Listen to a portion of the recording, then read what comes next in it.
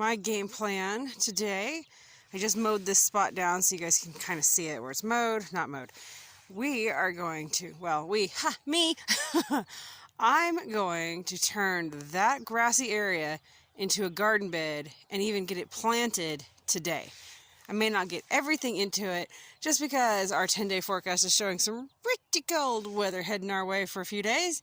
And certain things like tomatoes, peppers, squash, cucumbers, some herbs. Let's see, there's a few things, eggplants, things like that. It's a sure way to kill them.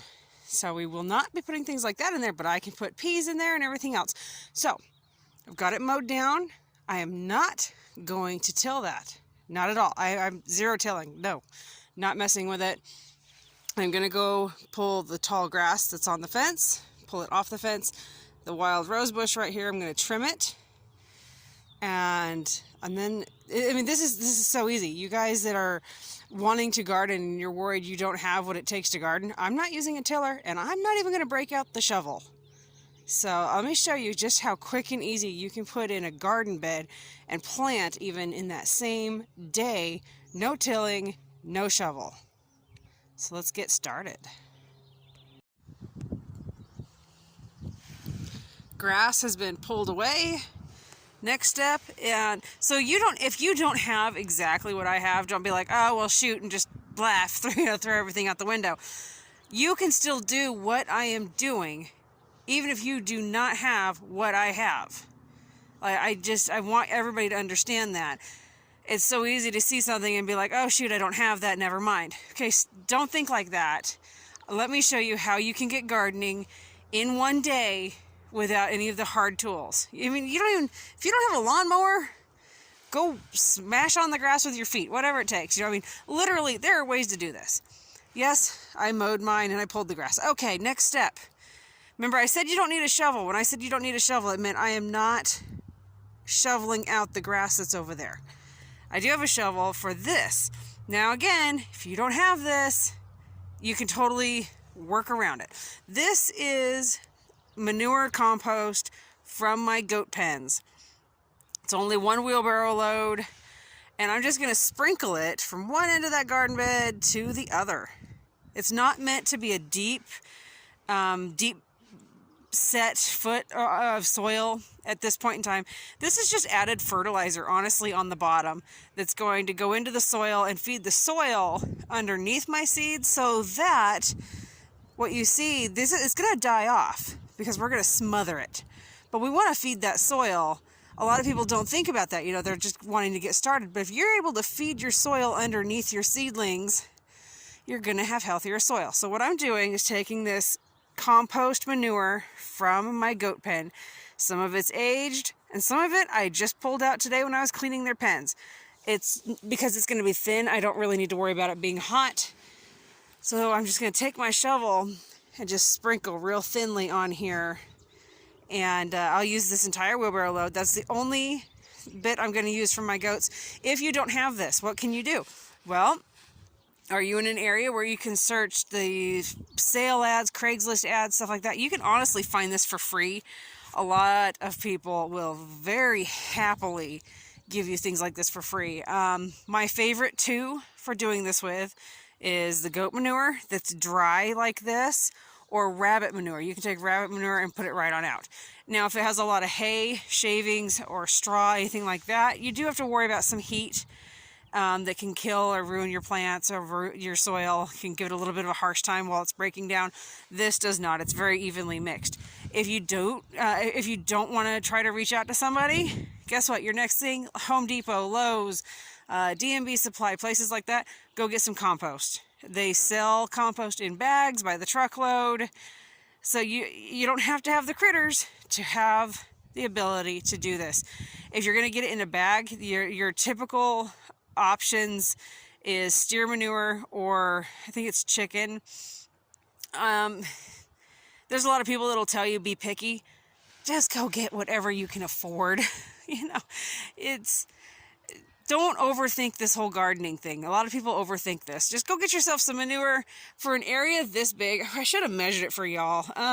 Let's see. I'm going to guess these fence posts are approximately, let's say 5 feet. 0, 5, 10, 15. I'm going to say, and it goes a little bit further. So let's say this is because I have a bed up front that's 14 feet, and this is clearly more than that. Let's say this is an 18-foot bed, just because it kind of, you know, I'm guessing here. Some of these fence posts, like this to this is 5 feet probably, but that to that kind of looks like 6 feet. Anyway, this is an 18-foot bed, and it's about 4 feet wide. And I'm only using this wheelbarrow load. If I was to get bags, and I've seen how big those bags are, I would get like 1, 2, 3, 4. I'd get 6 bags, 6 to 8 bags of the manure, and just pop the bags and spread it on the ground, and then go to the next option. Now, if you've got somebody that can sell it to you in your area or give it to you for free, and they've got the 50 gallon, so the animal feed, like goat feed, goat grain, chicken grain, it comes in 50-pound bags, and a lot of times we'll reuse those bags. We'll put manure in it. If you were to get those, if somebody wanted to do that, I would get about 6 to 8 bags of those. You know, whatever it takes. If you've got a garbage can you want to go fill up, a good-sized garbage can, at least 1 or 2 garbage cans, boom, there you go. So it is a little bit, you know, gardening is how much work are you going to put into it, but you really don't have to overthink this. You can do so much with so little, honest to goodness. So I'm going to spread this real quick, quit preaching at y'all, and get on to the next bit. I just took the wheelbarrow, walked over there, and I just lifted it up and dumped soil out here a little bit at a time, just because I want to show. This is probably about, it depends on the bag you can get, honestly. But, so like 1, 2, and this one, let's say those are bags. So that's why I'm saying in an area this big, like 4 foot by 18, you're going to need 1, 2, 3, 4. Yeah, I would do at least 6 bags if you're going to do it this way. And if you're going to buy bags, I would do at least 6. If you want to go more than that, you're more than welcome to. You can go pretty darn thick, because you're smothering out the grass and weeds underneath, and you are feeding the soil. You're creating one heck of a base, and you're creating new garden soil as you go. So I'm just going to take my shovel. It's hard to do it with one hand, but I'm just going to take and spread this out a little bit in the bed. All of these piles, I'll spread them out, and then I'll go get, so you don't have to use soil. If you want, you can go buy garden soil if you want. I'm actually going to be, so after I spread this out, I'm going to be going up to a pile I have from my neighbor that is aged cow and horse manure. So that's what's going to be my top base that I'll be actually planting all my seeds directly into.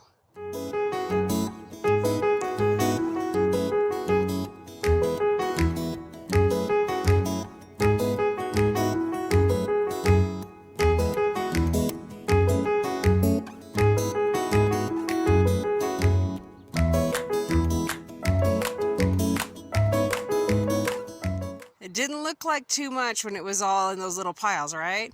But that is just one wheelbarrow load of the compost fertilizer from the goat yard today. That's just it. One. It's not a lot. It's not thick. Like, we still have grass and weeds poking through. It's not that thick. Yeah, it even has some alfalfa hay in it, but it's aged hay. It's had a chance to get sun beaten and everything else by them. The goats have picked through it. But so it's not thick. Then now we're going to add the exciting part. This next step now is where, like I said, I'm adding aged horse and cow manure. It's honestly soil. It's so beautifully well aged. It's soil. And I will probably be bringing 3 wheelbarrow loads back here to build a nice thick bed in here for me to be able to plant directly into. If you don't have access to that, you can easily use garden soil. You can buy it by the bag. There are lots of options, but like I said, don't overthink it. You know, do what you can. Absolutely, just whatever it takes to garden. You know, just do what you can. What do you have on hand? What do you have around you in your community? You know, there are lots of ways that you can be doing this. There we go. 3 loads of the aged horse and cow compost I was talking to you guys about. I know it actually doesn't look like it, does it? It looks like actual soil. That's how well aged this is. It's just gorgeous. 3 may not be enough. I might actually go get, after I spread it, I might go get another load or 2 depending on the depth I get out of this. So there's some areas of this where it's still chunky. I'll just toss that aside so it'll be on the bottom. But look at this. This is amazing. It's ready to be planted in right now. So I'm gonna get this spread. Well, it's very, very, very close to being the depth and everything that I want. Nice and thick right here. You can see where it gets thin. We've got a really thin spot right here. And at the end, I need to fill that in. So I'm gonna go get one more load of this, and then it'll be ready to plant. And I've got a secret up my sleeve on how you can keep cats. Because, I mean, let's face it, I just made a giant kitty litter box. But I have a couple tricks up my sleeve on how I keep cats out of these beautiful garden beds. This bed is ready for planting and for my super secret that I'm going to share with you guys on how to keep cats out of the perfect litter box. Let's face it, that's what they think. Yeah, isn't it great doing something like this? And you're just like, I did that. And not only did I do it, but it's done. That's gotta be one of the best feelings right there. I don't know. Is it the best feeling when you get done all the hard work putting something like this together? Or is it the best feeling when you've planted? Or is it the best feeling when you're harvesting after all that hard work?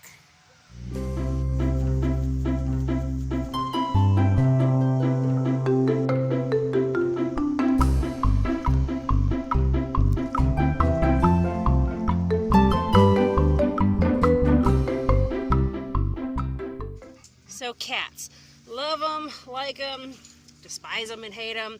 They can be a part of gardening. Let's face it, we make something for our garden plants, and these guys think of it as a giant litter box. Or if they're not doing that, they like to go in there and walk all over and crush your plants, right? There's a lot of different ways that you can try to keep cats out of the garden. I've tried quite a few. And I finally, a few years ago, found a trick after I was doing some irrigating and had to walk through an area, had a big pine tree with needles, and the cat was like, yeah, no, I'll go around and meet you on the other side. Well, got to thinking about that, so I started putting pine needles in my flower beds and stuff, and lo and behold, the cats don't want to go in the flower beds or the gardens. Like I said, when I was walking through a pine tree area one time doing some irrigating, my cat was like, nope, I'll see you on the other side. Well, that got me thinking. They don't like to walk on these. They're pokey. They're, little needles. They don't want to have that in their foot. So there's all these other tricks you can do for your garden, right? That are supposed to keep cats out, all that. And let's face it, some of them are just, well, plain harmful.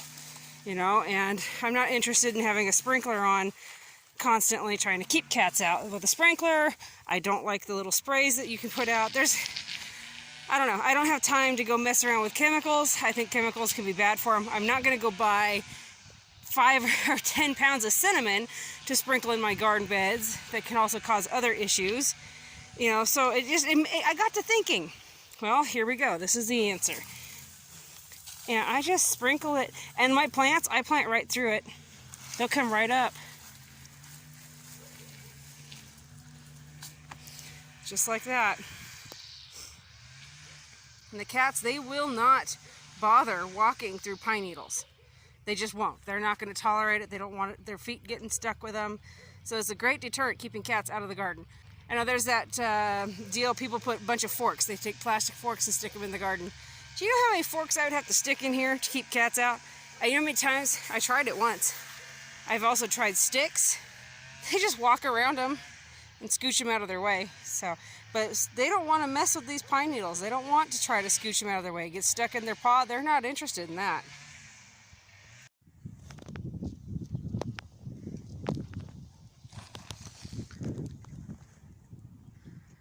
We've got a fun little storm kind of perusing past us, waiting to see what it's going to do. probably absolutely nothing. It's the end of the day. I am bored to death.